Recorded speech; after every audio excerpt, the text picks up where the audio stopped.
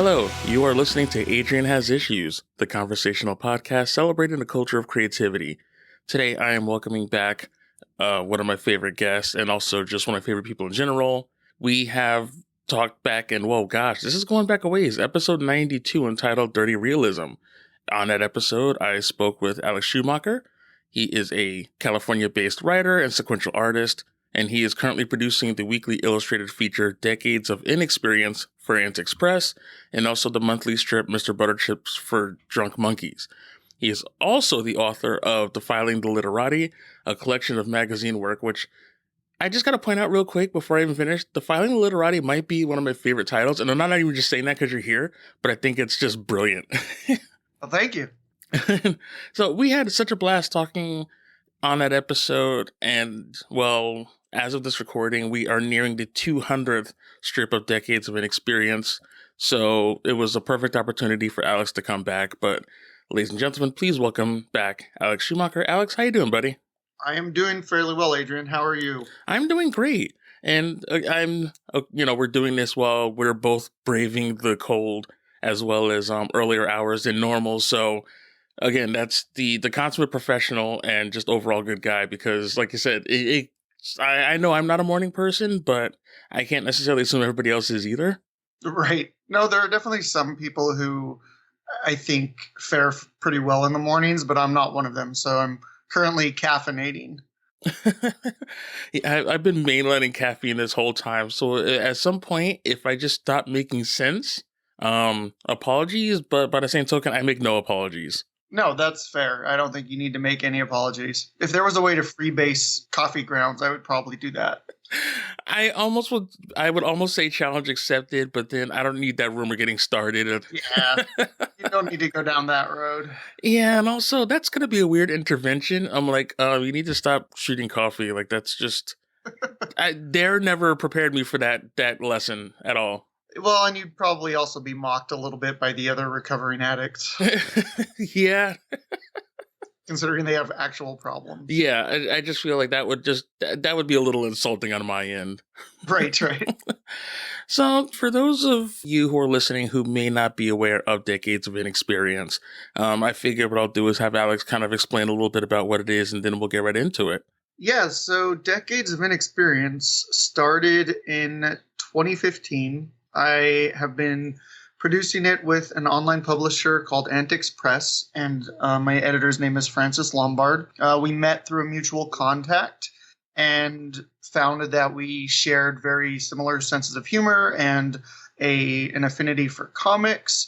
So we decided to work together, and it started as a very different type of online feature because I was coming off of a few years of focusing specifically on prose. So when we came back to it, the decision was made to present it as sort of an illustrated flash fiction. And then as I always do, I gravitated back more and more towards comics. So in the third year, we just decided to go full bore and make it a full-page comic again. The feature itself is semi-autobiographical, but also very exaggerated for effect, but it's about a guy in his 30s named Luke Carlin who hasn't quite figured everything out, and like a lot of us, and he sort of goes from job to job just trying to get his life together. And so we are now approaching the 200th episode, like you said, which will drop on Friday the 21st. Yeah, and it's a great strip. And also, like, it was one of those things, like, I was coming up with sort of a descriptor. It's profane yet profound. There's parts that you laugh at, but it's not necessarily laughs for the sake of comedy, but like you said, it's an absurd sort of take on his struggles.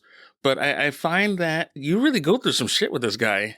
Yeah, I think for both Francis and I, we were both at a stage where we wanted to do something where we were kind of unencumbered by expectations to a degree, where we didn't necessarily want to create anything for a specific editor or a specific publishing house or a specific audience even necessarily.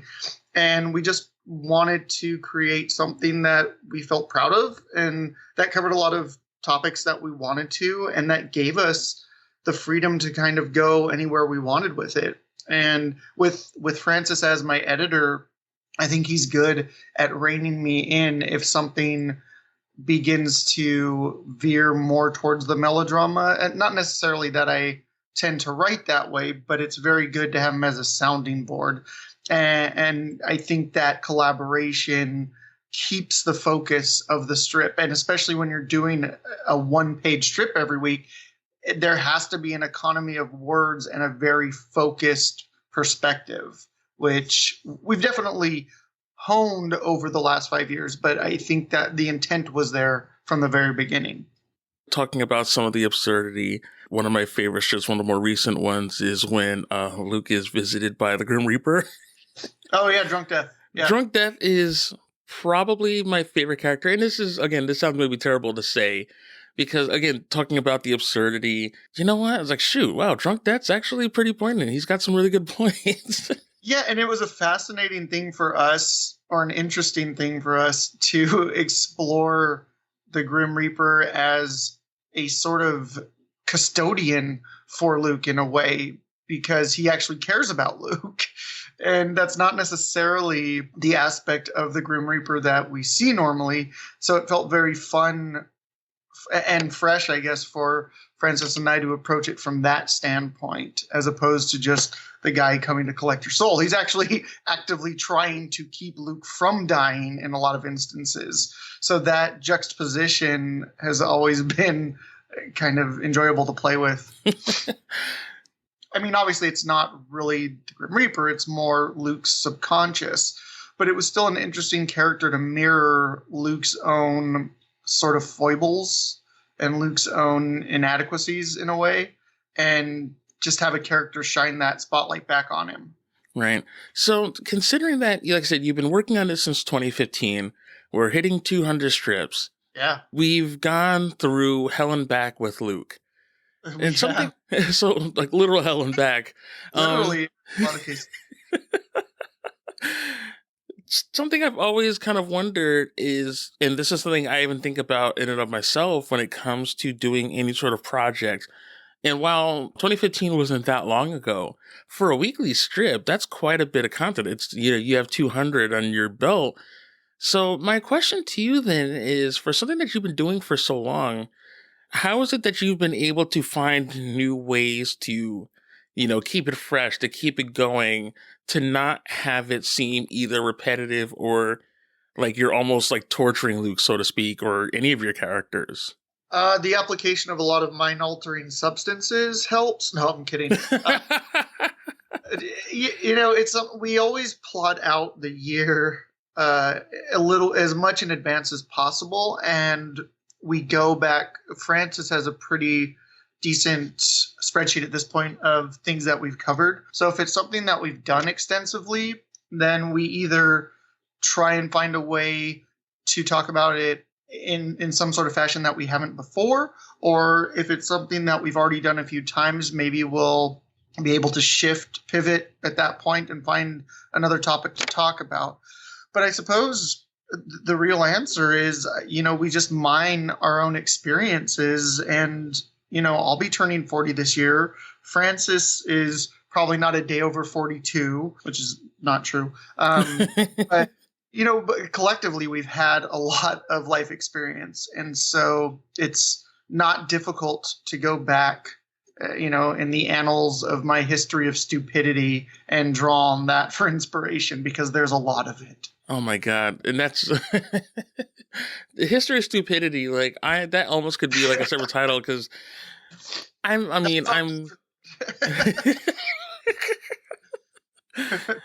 mean, you've got what, 5 years on me at this point? Because I'm just now turning 35 since October. And I mean, I haven't lived necessarily the most storied life, but man, looking back, I know it's like a meme, but I really do that thing where sometimes I will be like laying in bed and suddenly just jolt out of sleep thinking about the dumbest things I did. Not even necessarily like years ago, but like a couple of hours earlier. Sure, and I think that's kind of a perfect analogy for the experience with decades of inexperience. Is it's not necessarily that Luke or I or Francis have lived these extraordinary lives, because that's not what the strip is about. It's quite literally about the smaller life experiences that everybody goes through. So, we figured there would at least be some audience to relate to it because we're very average as far as people go. So the experiences that we've had and the follies of our past, would not be all that dissimilar from a lot of other people, even if they're not, 1-to-1 ratios of what people have gone through. I think it still comes across as something that is akin to a conversation with a friend, or just, sharing old war stories. And that was kind of the intent from the beginning. And that's something that, many a creator has done. But I guess it can't really be overstated the importance of realism in that regard, or rather relatability. As much as Yeah. I love my characters that are monolithic, larger than life, like your Supermans or your Captain Americas, I always enjoy my Hawkeyes, like the regular person who just happens to be, a little good at something, but is sort of the underdog in that respect. Sure. And I think that's the great thing about the arts. And, we're talking about movies and music and comics and novels, is there's room for all of that. There's no written law or unwritten law that says you can only talk about one specific things in any given format. So while superheroes sort of dominated comics in North America for a long time, that is starting to shift a little bit. But that doesn't mean that fans of, Superman can't also like Raina Telgemeier, who does Smile. So, and I think that perspective, again, here in North America is shifting, and has been over the last decade, which has been wonderful to see and wonderful to kind of be a part of in my own small, insignificant way. Yeah, because I thought about this a lot recently, and as we've been talking the last couple of years with the rise of, I guess for lack of a better term, comic book culture. Now, Sure. I will admit that in talking about it, I've always put it through the lens of, let's say, a superhero title or like a more fantastical book, and not really thinking of, and maybe doing a little bit of disservice to a more independently minded and a little bit more grounded work, which, especially now, considering that, art more than it has in a very long time has really been having to kind of speak truths to situations where there seems like there is no truth. Like, I feel like that's sort of focusing where I think people really are looking for something that they can relate to. And as much as I do, like I said, those, more large life characters, reading this strip has kind of hit home in ways that I didn't really expect. I mean, you've tackled some serious subjects, not just when it comes to relationships, substance abuse, but even as far as like, the current administration and dealing with like issues of like anti-Semitism. Like, it's really hard hitting stuff. With decades of inexperience specifically, we try not to get too political, I guess, and not because I have any fear of backlash. I just tend to dive into that world, with both feet with the Mr. Buttertrip strip. So with decades, we just want it to be more about the person. However, in this day and age, and with this current administration, with over this last, 5 years, it's difficult to avoid discussing those topics in a lot of ways. And especially for somebody like me who is Jewish, how do you not talk about anti-Semitism? How do you not talk about bigotry and intolerance? So certainly some of those have found their way into the strip, even if it's just been from Luke's own personal perspective as opposed to trying to convey some message to the masses. I think that's what we've always tried to do with Luke, where it's just that very, singular vision, from his standpoint as a character. But of course, you have to talk about, for me, like I said, I can't idly sit by and not discuss those topics right now. And, and I definitely get that. And I know a lot of people, it's hard to sort of say that you're kind of like dancing around, let's say, the idea of politics and things like that. But I was talking to a friend about this very same thing about, not wanting to get political, but when it comes to certain situations, I don't think you can really frame them in the mold of politics, because when you have things like, hate crimes and things like that, or even just dealing with just day-to-day issues, that's not really something that is necessarily political. Maybe it's more personal politics, but it's not necessarily just taking sides of like a particular party or a platform. Because I think right now the biggest issue in part of it is just giving a shit in a world Yeah, that doesn't seem to do so. right, absolutely. And the sort of rise of this far right idealism is kind of concerning. And I think there are a lot of groups out there, not just Jews for sure. I mean, there are a lot of groups, people of color, the LGBTQ community, so many different facets of human life are affected by this, and it's not just one person's experience. So, like you said, there's just at this point, it's kind of unavoidable to talk about those things if you're affected by them. And if you're not, then I don't really know what kind of rock you've been living under, but I don't know that I'd be able to have a conversation with you either. And that is a very good point, which, something I've been kind of saying is it's not politics to just care. Like you to care that people are being affected adversely and wanting things to change. And it's like, you should always want that. That shouldn't necessarily be tied to a party. It shouldn't. And I've often wondered aloud why kindness seems to be so difficult to find these days. It just, and I know there's the echo chambers on social media, and I know that people can find their groups to, confirm or verify any sort of radical beliefs they may have. But there's still this foundation of kindness and, I don't know, love that seems to be vacant in a lot of ways, and it kind of boggles my mind. So with decades, there can be some aggression, I guess, but I think where Luke comes from is always a place of love and acceptance. I hope, anyway. Maybe it's not always evident, but that is where he comes from. And it's been a journey with him, which has been, by design from the beginning. He goes from this, dirtbag, degenerate, drinking himself into a coma every night, to becoming a little bit more socially aware and aware of his own, shortcomings when it comes to viewing the world. And that was a specific goal, an objective from the beginning, is to have him go on that, journey of self-discovery. Right. So hopefully some other people can see that and realize that maybe they need to, reflect inward a little bit more. And I don't know if that actually is the outcome, but with Luke, that was certainly something that we wanted to convey. Right. And I was speaking with recent guests about a character they were working on, and something that, as you were speaking, kind of clicked in my mind about when talking about characters and wanted to convey messages. I think what's starting to happen, or what I kind of feel like should happen, is a better understanding. Because I think about Luke, and like you said, Luke started out as being like a dirtbag. He struggled a lot, and obviously as he's gone on in like the 200 strips, he is growing, but still finding a hard time, like, getting his footing. It's like one step forward, sort of two steps back. But to me, as I get older, and I don't know if maybe this is the most popular opinion, but I used to think, and I still do think, that okay, if I do X, Y, and Z, and then I'll get here, and then I'm good. Like, as far as, okay, if I get this particular job, or if I land this interview, like, and then I'm set.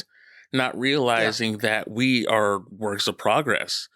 And sure. I think that's sort of the fascinating thing with Luke is that when I read Decades of Inexperience, I'm not thinking, okay, when is he ever going to like get it right? Like, this isn't a video game where you're trying to defeat a boss and win. It's a constant state of like small victories, small losses, big victories, That's almost the point, is the actual journey. And it's not so much that he's going to ever be right and he'll never struggle. It's just more the trying to overcome the challenges. And honestly, I feel like that's the best you could do. Right. So with Luke, it's that idea of, if you can be better today than you were yesterday, that's a triumph. And as people, I think that's the best we can do also. And expecting ourselves to make these astronomical leaps as far as our goals and aspirations go, either professionally or personally, that's setting yourself up for disappointment. So with Luke, it's always that those little struggles of trying to change something that he did wrong yesterday and maybe learning from that and moving forward from it. Because it's not always that he even ends up repairing that specific thing that he finds wrong, but it's about the learning process, because that's what life is for all of us. And I certainly, have, I think, discovered that more and more in my old age, that that's what life is for all of us. It's just one long learning experience, and hopefully you retain a few nuggets of wisdom at the end.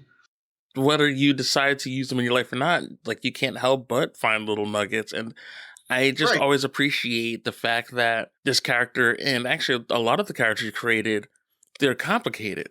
They're still relatively good people. They make mistakes, but they contain multitudes. And I feel like that's really the thing that always draws me now to characters, is the ones that try to do good, but are at least flawed to a point where you're not so much leaning on the flaws for any sort of massive effect, because you don't want to beat somebody over the head with it, but just showing, hey, you know what? There's good and bad to all of us.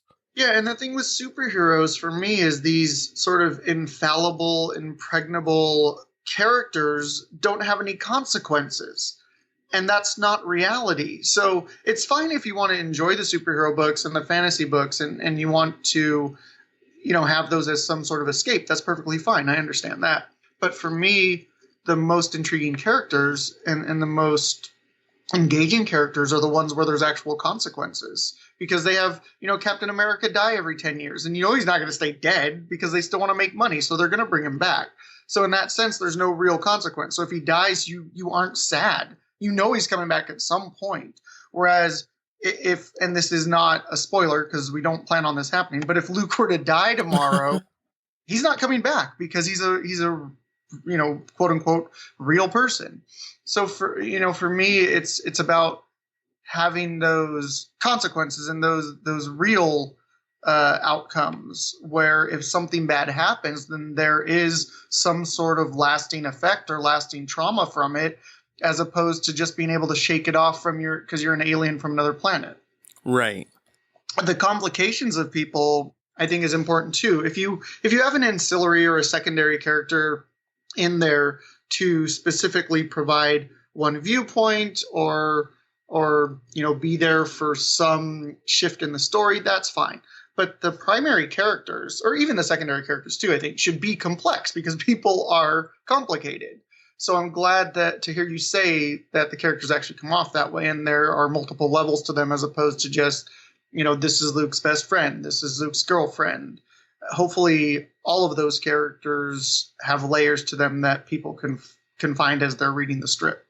Right, exactly. The hardest part is wanting to find something good in the face of so many things that just seem wrong. And I'm guilty of this too, is just trying to find something that, like I said, is infallible. And it's nice to read characters that sort of remind you that that's not always the case. And, that's always the beauty of this strip, is there's always enough to mine from, whether it be trying to maybe teach a unconventional lesson, or just to even provide some sort of insight in saying that there are people who do have these struggles, and again, like bringing that realism to where sometimes I personally struggled with that, and not wanting to sometimes face the harder truths.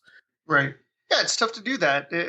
Self-reflection, and I guess for me, self-reproach in a lot of ways, that's difficult, because it's very easy to see other people's, misgivings and, transgressions. And for me, Luke, I guess, is a way that I am holding myself accountable to a degree, because I am calling out things that I've done in the past. And I am talking about perspectives and opinions that I've had that have shifted, certainly, and giving the reasons why they shifted, and what I've learned and grown as a person, hopefully, to come to those conclusions. Because, trying to have some sort of profound experience in every week in the comic, I think, would just be a futile pursuit. Right. So it's more about the gradual climb and fall. It's sort of a Sisyphus with his rock kind of experience with Luke, because he starts getting that rock up the hill, and then the next thing he knows, it's at the bottom again. So in a lot of ways, Luke is sort of a millennial Gen X Sisyphus. Oh man, that's actually really good. Millennial Sisyphus. That's actually a really good band name. Yeah, have you read the mythology? Yes, not as much as I should, but I do remember that though. But yeah, I don't know. I'm almost tempted to make that the episode title now.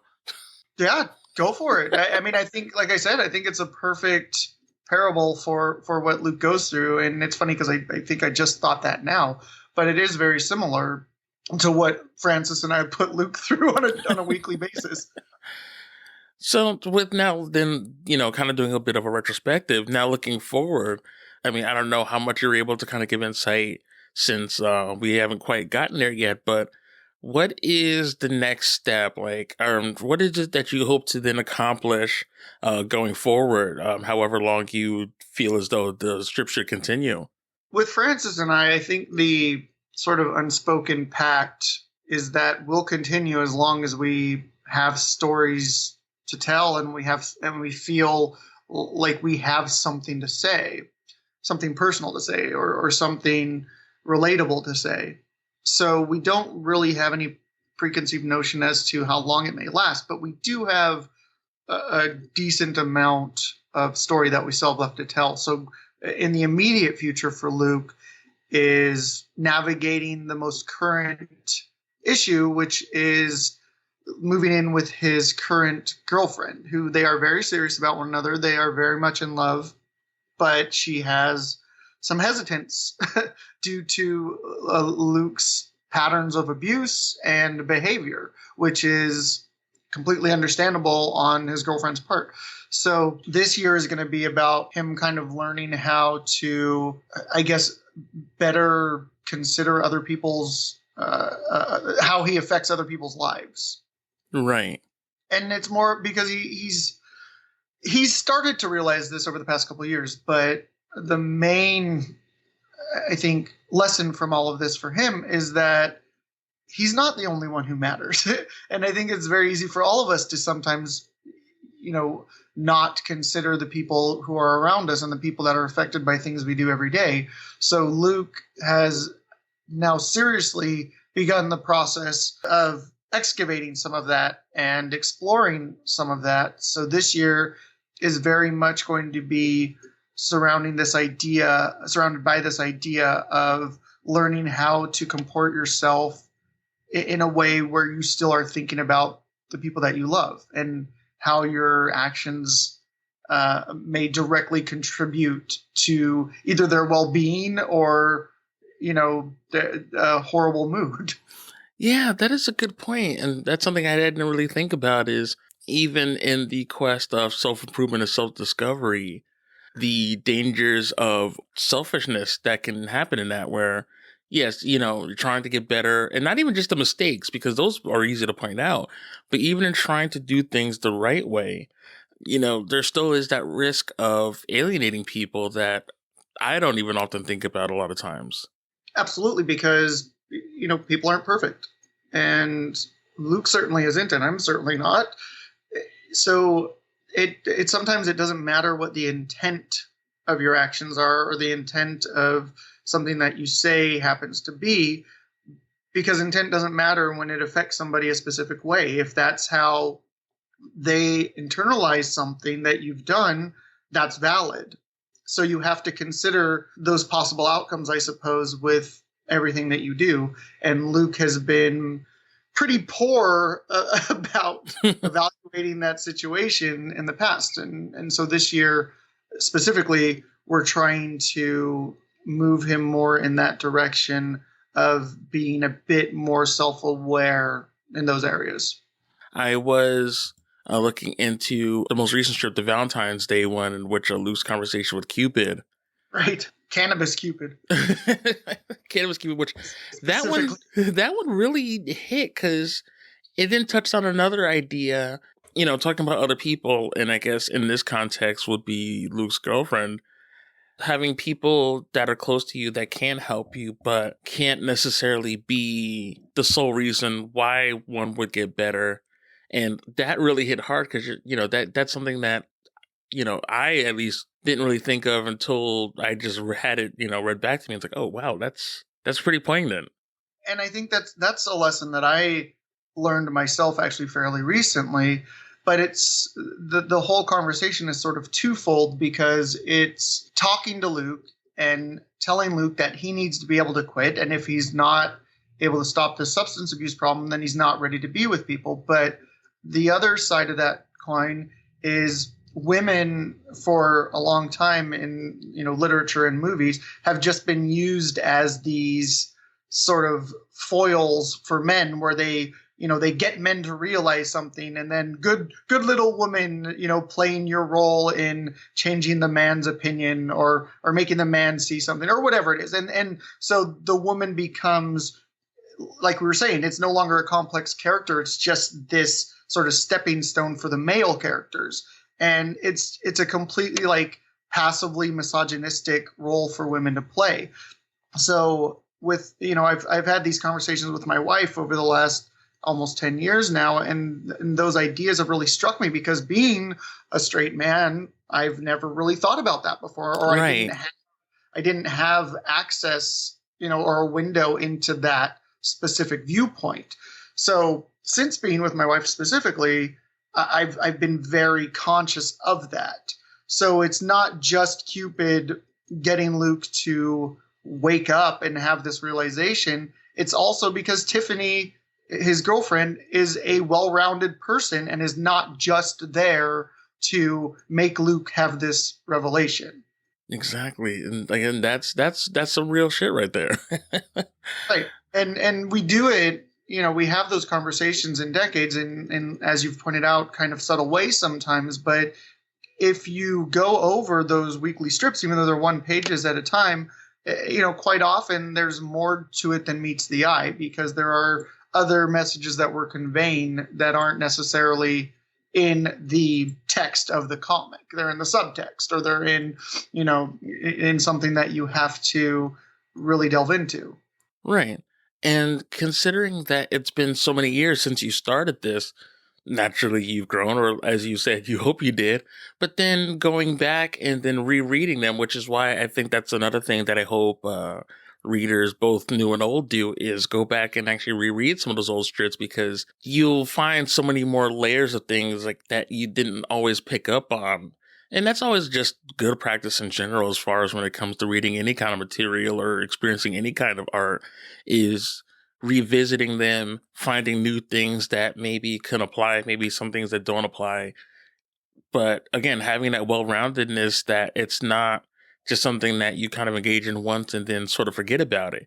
Like, it does really benefit from having repeat reads. And that's, of course, just more attributes to your work and to Francis' work. And again, the stuff that you've been able to accomplish has been remarkable.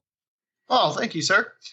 Yeah, with serialized work specifically, I think the first couple years have been a little criticized by people at times. Even when people have given positive reviews, I think they've been criticized unfairly as being sort of the male gaze, and just in this history of like bro stories where it's this this fuck up who drinks himself to death and whatever the case may be. But that was laying the groundwork. That wasn't the character, as far as Francis and I were concerned. That wasn't the character. So as you've said, I hope people, especially people who are just discovering the strip now, can go back and review some of that and read some of that, because it does give a broader perspective of Luke's character in a lot of hopefully positive ways, because you can see very clearly from the trajectory from his starting point to now. There's clear growth as a person, and intellectually, personally,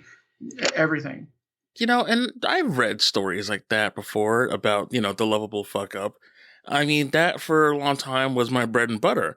But I Sure. guess the thing is, there's nothing, well, maybe I shouldn't say nothing, but I guess this is a ongoing discussion I'm having with myself and other people about certain tropes where some tropes aren't necessarily inherently wrong, but I think it's really where you go with it or how you utilize it. Because, yeah, if it was a story of him just constantly, having these issues and screwing things up but never really going anywhere, then, okay, yeah, I can definitely see critiquing a little bit, but as it's gone on, it's changed. He's grown. And while there is still, that specter of maybe his old life or his old mindset that tends to creep back up, it doesn't take much to see that he's not the same person that he was, last year, even let's say a couple of strips ago. Like, there's still a work in progress, but like any real life thing, progress can be slow and it can be tough. It is 100%. And that, gradual growth, again, is what we were looking to, explore with Luke. So, it becomes this thing where you have to also not jump too far ahead. But even saying that, life is not linear. So if you have him come to this like mind-altering revelation of what the world may be one week, he could still backslide the next week. That happens to people. So it wouldn't even be that unrealistic to portray some sort of relapse to some degree. So we have been careful about that, but again, with a weekly comic and one where you're covering the human condition, there really are no rules. And tropes are tropes and cliches for a reason, but you can use them. And like you said, if you're putting your own spin on it, or if you're doing something different with it, there's nothing wrong with that. It's when you fall into these traps of, things ground that has been trodden on a million times before, that's when it becomes problematic. But tropes and cliches and well-worn issues are there for a reason. And your job as the creator is to put your own stamp on it. Absolutely. Francis and I have done that to some degree. And that's why I really do feel like I hope that people, understand that. And if they're starting from the beginning or just starting down and working their way backwards, seeing that is, I feel it's definitely the case. I hope they don't work backwards. I hope they start from the beginning, because if they start now and work backwards, they're going to go into some sort of inconsolable depression, I feel. So definitely start from the beginning if you're just finding the kids now. It gets dark, people. It does, but yet it doesn't always stay there. No, that's true. But I feel like the first couple of years specifically should have a sign at the beginning that reads, "Abandon hope, all ye who enter." Yeah, and I agree that. That's why I've always loved stories where you get to grow with your characters.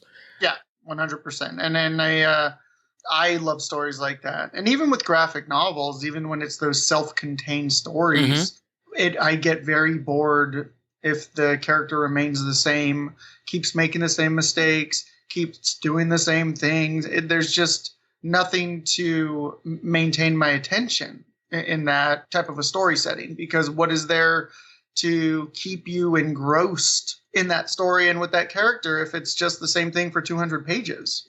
Some books I do read, and I will admit, and this is no shade at all to anybody, but it is kind of like a comfort food thing where I know exactly what it is I'm getting out of it, and there is something enjoyable about that. Sure. But, it's like junk food. Look, if you gave me a stack of peanut butter cups, I will probably lose my mind and spend the entire day eating them because I have no self-control and I hate myself. So I have a thank you present to send you now for this podcast. Excellent. I was going to say, then I'll have to write my own decades of inexperience about my... You don't want to read 200 strips of someone who's succumbed to this complete bender of chocolate and peanut butter candy. But that might get stale after a while. Oh yeah, I won't even get. I'm 35 now. I don't have the constitution as a teenager. I'll die 5 bars in. Yeah. Let's avoid that at all costs. If you want to send it anyway, I won't begrudge you. Sure.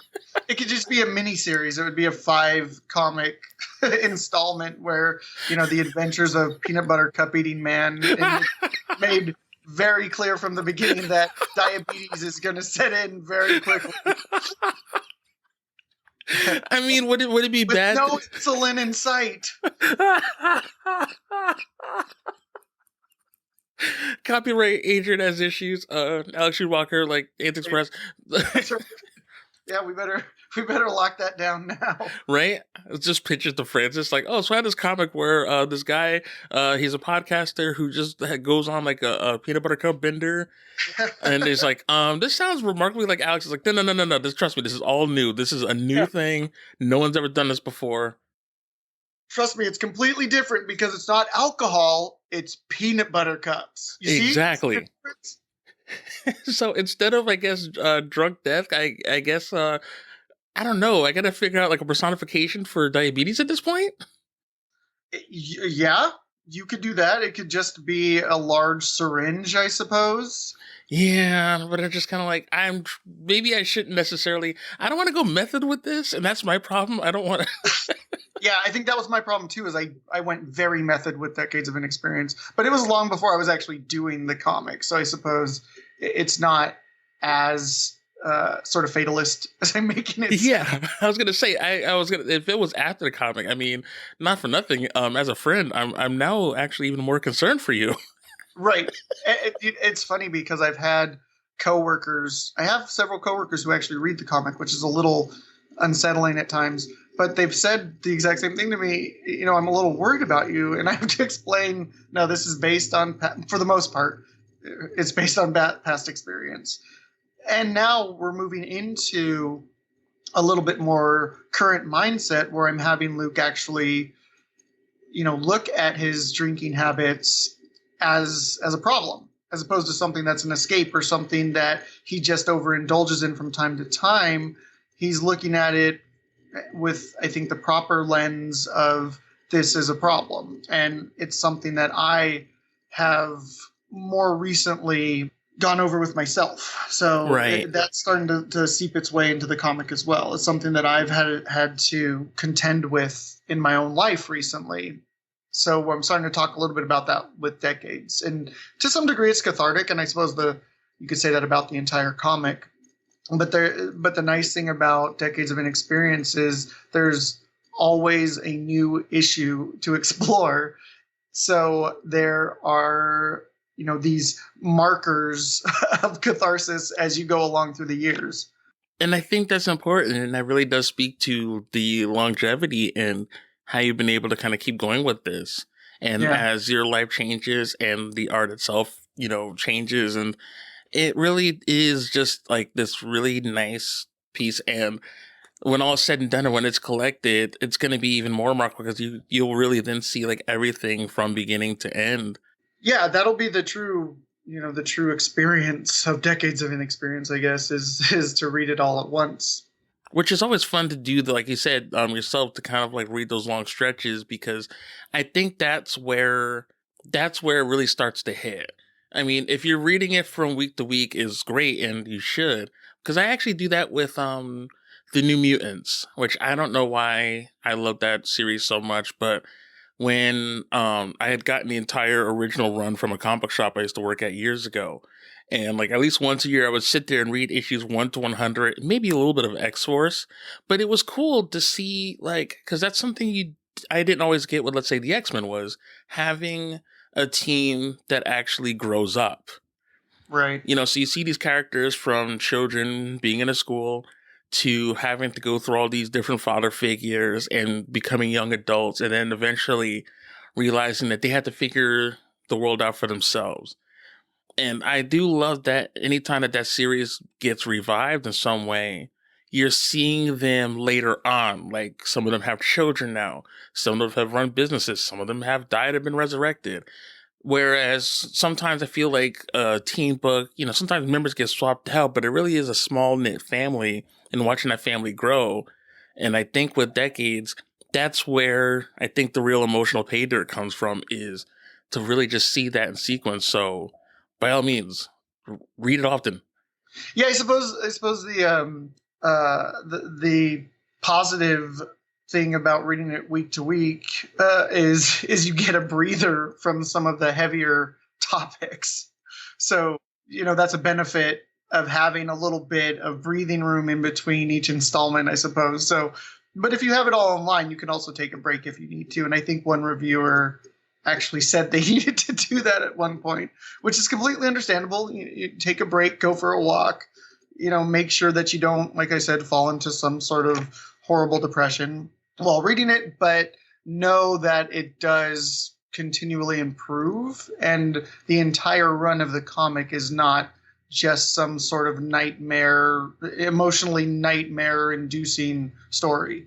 Right. And that's the part I also want to point out. It's not so hardening to the point where it's like overbearing, but it is sometimes a little difficult to read. But I feel like that's the rewarding part, is you get sometimes the difficult subject matter. And if you really are able to kind of push through that, so that way when Luke is able to celebrate a victory, you feel like you can celebrate a victory too.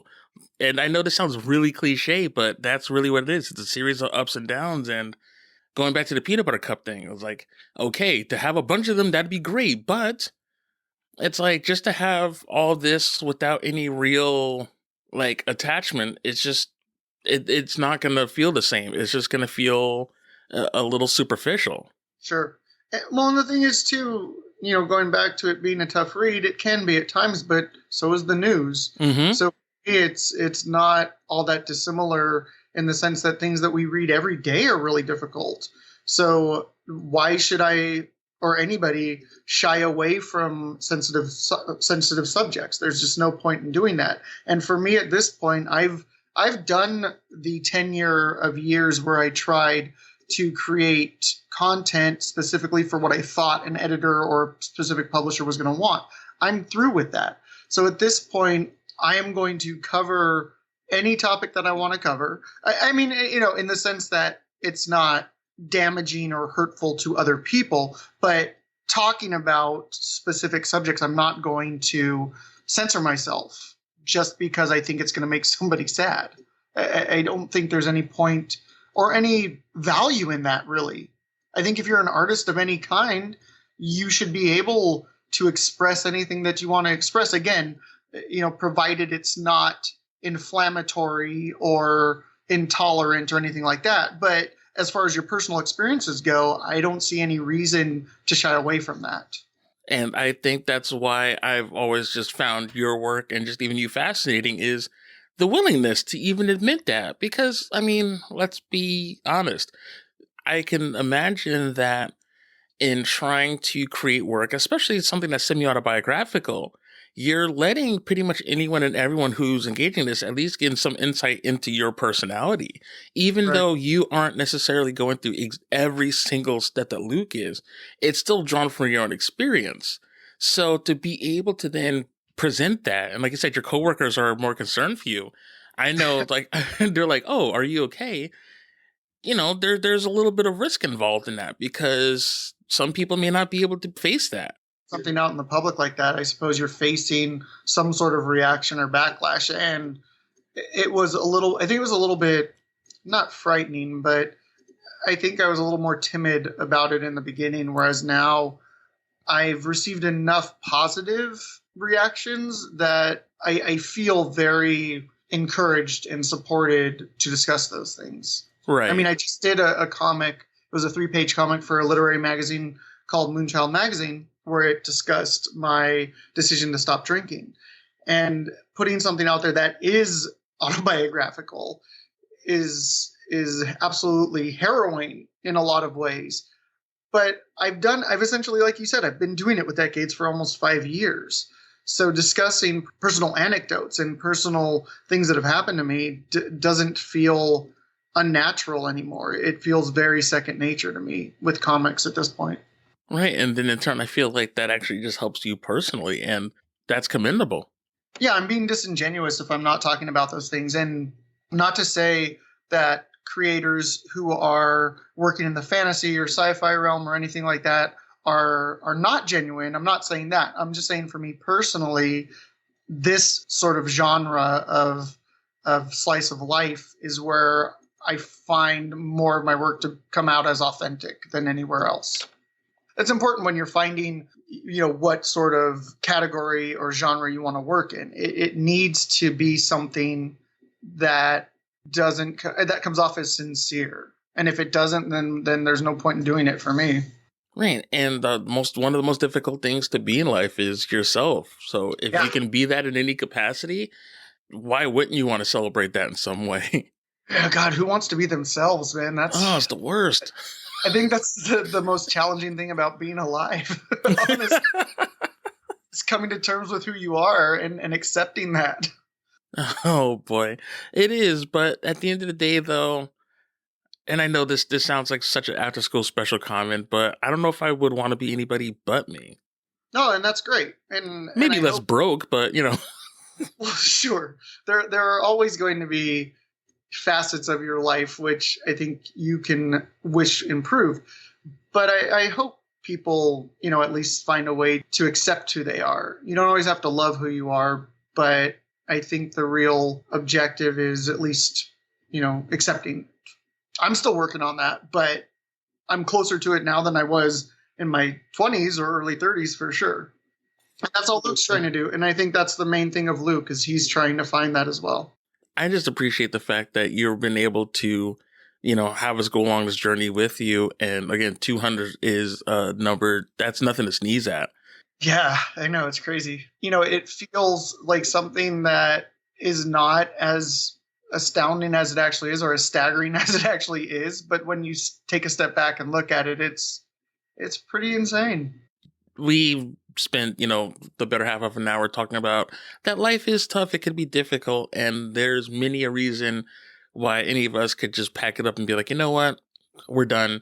Let me pitch this out the window, so to speak. But you stuck with it. You keep going at it. And as you find your audience and, even redefining your audience, and as well as just redefining yourself, that is commendable. And thank you. And, thanks to Francis and also everybody that you've worked with for keeping this going. And also real quick, though, I do want to shout out, you did have a series of strips that were done by guest artists. I did. I injured my hand while on vacation, my drawing hand, while my wife and I were on vacation last year. And I had some wonderful friends voluntarily step in. Jacob, Rafael Estrada, Betsy Streeter, Kurt Belcher, and Randy Handelman were absolute godsends, my knights in shining armor, as it were, and without any hesitation stepped in to fill in that month where I couldn't possibly have drawn. So yeah, big thank you to them for helping me actually continue 2019 and see it through to the end. And I love that. That is great. And I don't know, I always just get like super emotional when talking about as far as the community aspect, because that is huge. It is. And honestly, I didn't even necessarily expect that response, but it was a little bit overwhelming emotionally for me as well, just to have people come out of the woodwork and say, we love you, we support you, and we're going to help you out through this time. And it was kind of a defining moment for me in comics, to be really honest. Thank you so much for sharing this. And I'm so glad they were able to chat once again. I know it's been a while, but I always appreciate getting the time to connect with you. So, absolutely. And also waking up as early as you did. So hopefully the caffeine was enough. Adrian, for you, I will wake up at any time, my friend. See, you say that until I call you at 3 a.m. your time and be like, hey, you want to do hello? Yeah. I was trying to sound like a considerate human being, and you just had to go and fuck it up. No, but you are. See, you are more than considerate. I'm the one who's an asshole. No, not at all. No, it was a pleasure talking to you as always, and I really appreciate you helping us out with this, commemorate this milestone. Anytime. But speaking of milestones, decades of inexperience, let's let the good people know where they can read the 200 strip, but also the first and anything else you want to throw out. The new strips are posted every Friday at anticspress.com. That is the publisher run by Francis Lombard, who puts out Decades. Shout out to Francis. Shout out to Francis, wonderful editor. The archives are up at decadesofinexperience.com, and that's years 3 forward. And then years 1 and 2 are up at Comic Fury under Decades of Inexperience. And then if you want to check out my monthly Mr. Butterchips, which is a fun sort of satirical and far more political strip, that's at drunkmonkeys.net every month as well. Awesome. Again, thank you, and thank you for listening. And that will do it for this episode of Adrian Has Issues, and we will see you next issue.